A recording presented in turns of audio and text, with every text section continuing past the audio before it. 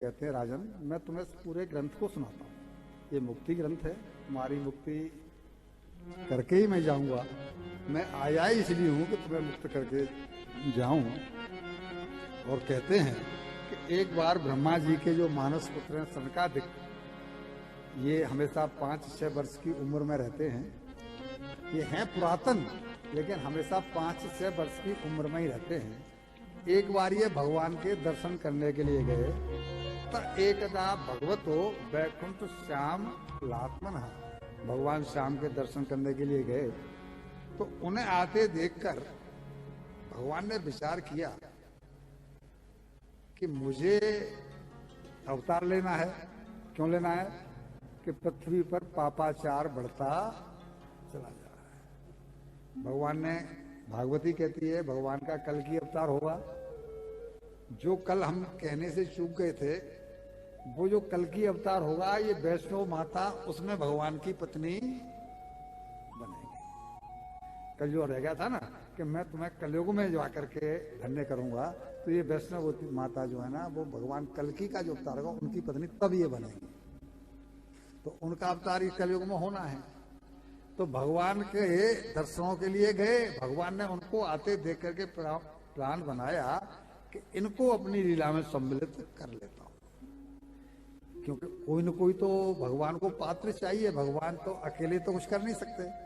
भगवान ने माया का सहारा क्यों लिया? जैसे बिना टाके के सोने के जेवर नहीं बन सकते, बन सकते हैं। उसी तरह से बिना माया के सृष्टि की उत्पत्ति।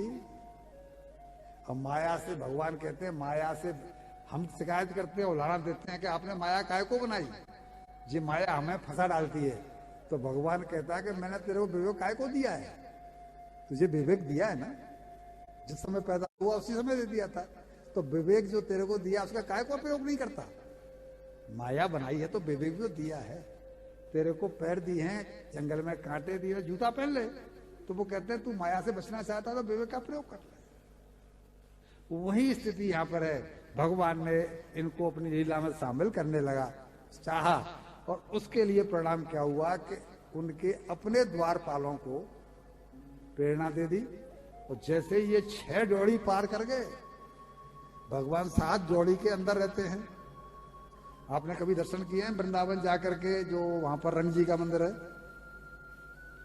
वहां रंग जी भगवान 7 जोड़ी में भीतर है। इस तरह बैकुंठ में भी भगवान 7 जोड़ी के भीतर है। 6 जोड़ी ये पार कर गए, और जैसे ही भगवान की प्रेरणा मिली, जय विजय नाम के जो इनके द्वारपाल हैं, उन्होंने वहां पर जो है बैंत अड़ा दिया। कहां को से चले जा रहे हैं? हम बैठे ना यहाँ पर। अब हमारा प्रश्न आपसे ये है कि क्या अब तक कोई संत नहीं गया होगा वहां पर? भगवान के पास संत जाते ही रहते हैं, भगवान के पास तो भक्त जाते ही रहते हैं। तो अब तक काय को मैं नहीं उड़ाया, आज ही क्यों उड़ाया? क्योंकि भगवान की लीला अभी सुनाया, सब खेल उसी का है। वो किसको कहां करना चाहता है, क्या दिखाना चाहता है, कौन कैसा है, वो सब खेल उसी का है। भैंस उड़ा दिया तो उनका भगवान के दर्शनों के लिए भी तुम हमें रोक रहे हो। हम तो भगवान के दर्शन करने जा रहे हैं। तो वो ठीक है, लेकिन हमें समझो ना, हम भी तो बाहर बैठे हैं, हमसे कहो। द्वारपालों की हिम्मत कि भगवान के दरबार में भक्त से कहें कि हमसे कहो कि हम भगवान के दर्शन कर ले।